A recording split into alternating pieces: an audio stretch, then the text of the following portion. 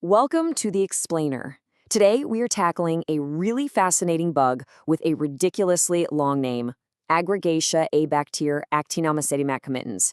It's a real master of disguise, and we're going to break it all down from what it looks like on the bench to how it wreaks havoc at the bedside. So get this, you've got a teenager who's losing teeth at an alarming rate, and then an adult with a life-threatening heart infection. Could it possibly be the same bacteria? The answer, incredibly, is yes. This organism has a wild clinical duality, a real split personality. It can be a hyper-aggressive invader in the mouth for young folks and a stealthy systemic killer in adults. Understanding that is everything. Now, to get to the bottom of this, we've done a really deep dive using a comprehensive analysis powered by Gemini Deep Search. And because we believe in showing our work, all the sources, all the papers, they're all right there for you in the linked notebook document. So you can go check it all out for yourself. All right, here's our roadmap. We're going to start with the bug's identity, then jump into the lab to see how we unmask it. After that, we'll cover the diseases it causes, how to treat them, and wrap up with prevention and the big takeaways. Let's get into it. First up, who is this guy? I mean, that name is a mouthful, right? But believe it or not, that long, complicated name tells a really interesting story about its discovery and where it fits in the microbial family tree.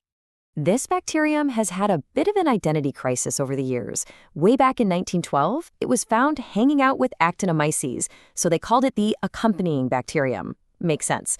For a while, it got lumped in with actinobacillus. But then, in 2006, our molecular tools got way better, and we realized it deserved its own genus, Aggregatibacillus, because it loves to clump together, to aggregate, and that also put it in its rightful place, closer to its cousins in the Haemophilus group.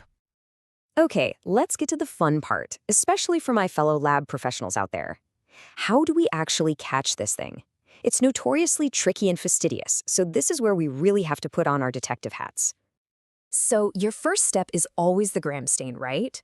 Under the scope, you're looking for a small, gram-negative coccobacillus. But it's pleomorphic, so don't expect perfect uniformity. The big clue, though, is right in its name. It forms these little clumps, these aggregates. That can be a dead giveaway. And here's a pro tip for those of you with eagle eyes. Sometimes you'll see this classic bipolar staining, where the ends of the rods stain darker than the middle. People get pretty creative describing it. Morse code, cross cigars. It's not always there, but when you see it, it should definitely make you think of this bug. Now, growing this thing is a whole other story. It's a bit of a diva. It won't touch makonki agar. It needs something rich, like chocolate agar, and it's capnophilic, meaning it needs extra CO2 to be happy. You also need patience. It's a slow grower. But after 2 or 3 days, you're looking for the big payoff. These tough, sticky colonies that are hard to get off the agar. And if you look through them with transmitted light, you might just see a beautiful internal star-shaped structure. And that, my friends, is your bingo moment. Okay, let's say you've got colonies, but you need to confirm. Time for some old-school biochem. A few simple tests can help you separate it from the other Hashic organisms. The big one is catalase. It's positive, which helps rule out Cardiobacterium and Kingella. And here's a crucial point. Don't let the oxidase test fool you. It's often negative or just weakly positive. So if you get a negative result, it absolutely does not rule this bug out. But let's be real, in most labs today, we have some serious firepower. MALDI-TOF can give you a high-confidence ID in minutes right off the plate. It's a game changer. And of course, there's molecular. PCR is incredibly sensitive, and you can even run it directly on a clinical sample. By targeting genes like LKAT, the leukotoxin gene, you can even spot the hypervirulent strains. And with qPCR, you can actually measure the bacterial load, which is super important for tracking treatment in periodontitis. So, we know how to find it. Now let's talk about the damage it does. This is where we see the two very different faces of this pathogen. This really shows you that Jekyll and Hyde personality. On one side, you have this incredibly aggressive periodontitis, usually in healthy teenagers, that just chews away at the bone around specific teeth. This is often driven by those highly toxic JP2 clones. Then on the other side, you have this slow, smoldering infection of the heart valves, usually in adults who already have some heart issues. It builds these large, crumbly vegetations that can break off and cause a stroke. It's just two totally different diseases from the exact same bug. Okay, so this is the million-dollar question.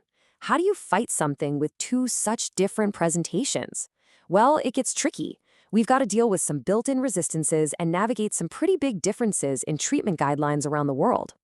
First things first, you have to know what not to use. This bug comes with a built-in defense shield. The big one is Metronidazole. It's completely resistant, which is a huge deal since that drug is a workhorse for other periodontal infections. It's also not very susceptible to good old penicillin G, and it shrugs off drugs like erythromycin and clindamycin pretty often. Knowing this is absolutely step one in choosing the right weapon. And a quick but really important heads up for anyone following European guidelines. In 2025, UCAST is scheduled to release its first ever formal guidance and breakpoints specifically for infective endocarditis. This is going to be huge for standardizing how we test and report on these bugs, so keep an eye out for that. All right, let's put the major endocarditis guidelines head to head. Everyone pretty much agrees on ceftriaxone for 4 weeks. That's the easy part. But look at the details. The Dutch swab guidelines, for example, are really firm on once daily gentamicin to minimize toxicity. But the real headline here is from the European Society of Cardiology. Their 2023 guidelines now officially endorse switching from IV to oral antibiotics in stable patients. That is a massive, practice-changing shift, and it's something we all need to be talking about. Okay, now let's flip back to the mouth. For that aggressive periodontitis, the treatment is totally different. The gold standard is what's known as the Winkelhoff cocktail, and it's so clever. Use Amoxicillin, which hits our bug, Aggregatibacter, actinomycetemcomitans, but you combine it with Metronidazole.